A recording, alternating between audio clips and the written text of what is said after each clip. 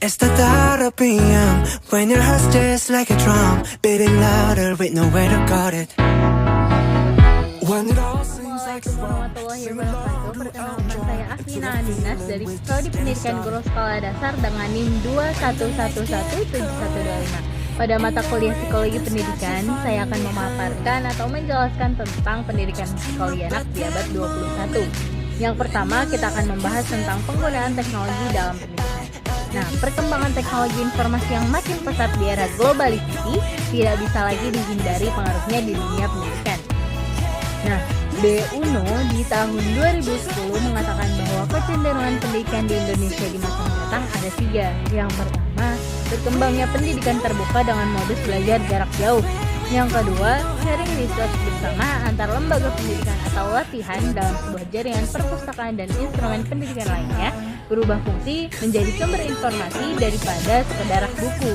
Dan yang ketiga, penggunaan perangkat teknologi informasi interaktif seperti CD-ROM multimedia dalam pendidikan secara bertahap berubah menggantikan televisi dan juga video.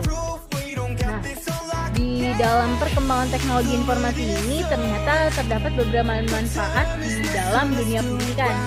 Ada menambah informasi, lalu meningkatkan kemampuan belajar, memudahkan akses belajar, materinya jadi lebih menarik, serta meningkatkan minat belajar anak.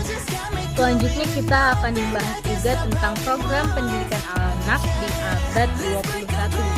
Nah, siswa di abad 21 ini harus mampu mengasah keterampilan dan meningkatkan belajar untuk dapat mengatasi tantangan global. Nah, Jennifer Nicholas di sini menyederhanakan prinsip pembelajaran ke dalam 4 prinsip. Apa aja sih? Nah, yang pertama ada instruction short atau pembelajaran seyogyanya menggunakan pendekatan yang berpusat pada sistem.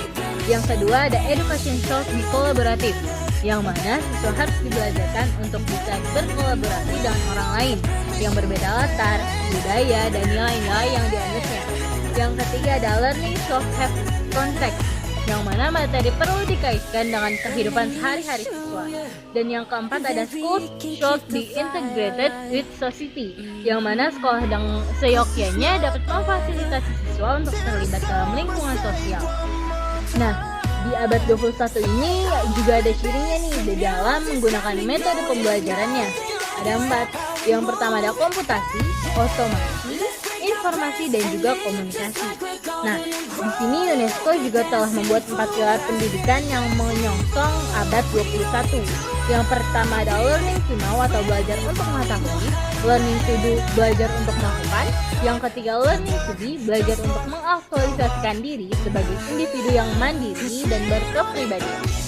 Dan yang terakhir ada learning to live together, yang mana belajar untuk hidup bersama.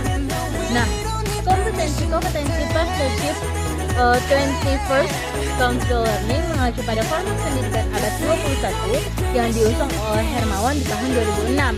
Yang pertama ada Cyber-Link Learning, Open Distance Learning, Quantum Learning, dan juga Cooperative Learning. Juga ada Society Technology Science dan juga Accelerated Learning. Nah, di sini juga terdapat beberapa keterampilan yang harus dibutuhkan guru untuk menghadapi abad 21. Yang pertama ada mampu memfasilitasi dan mengoperasikan belajar dan kreativitas pendidikan.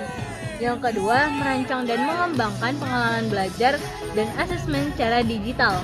Yang ketiga, menjadi model cara belajar dan bekerja di era digital.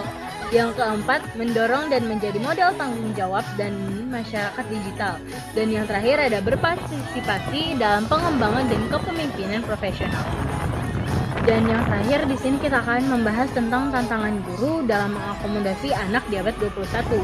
Nah, guru ini sebagai elemen utama dalam pendidikan mempunyai peran sebagai berikut, seperti perencana pembelajaran, fasilitator, pengelola pembelajaran, dan juga evaluator. Nah, itu tadi nih pembahasan atau sedikit pemaparan dari saya tentang psikologi pendidikan anak di abad 21. Sudah bisa dipahami kah? Baik, kurang lebihnya saya mohon maaf yang sebesar-besarnya. Wassalamualaikum warahmatullahi wabarakatuh. Sampai jumpa.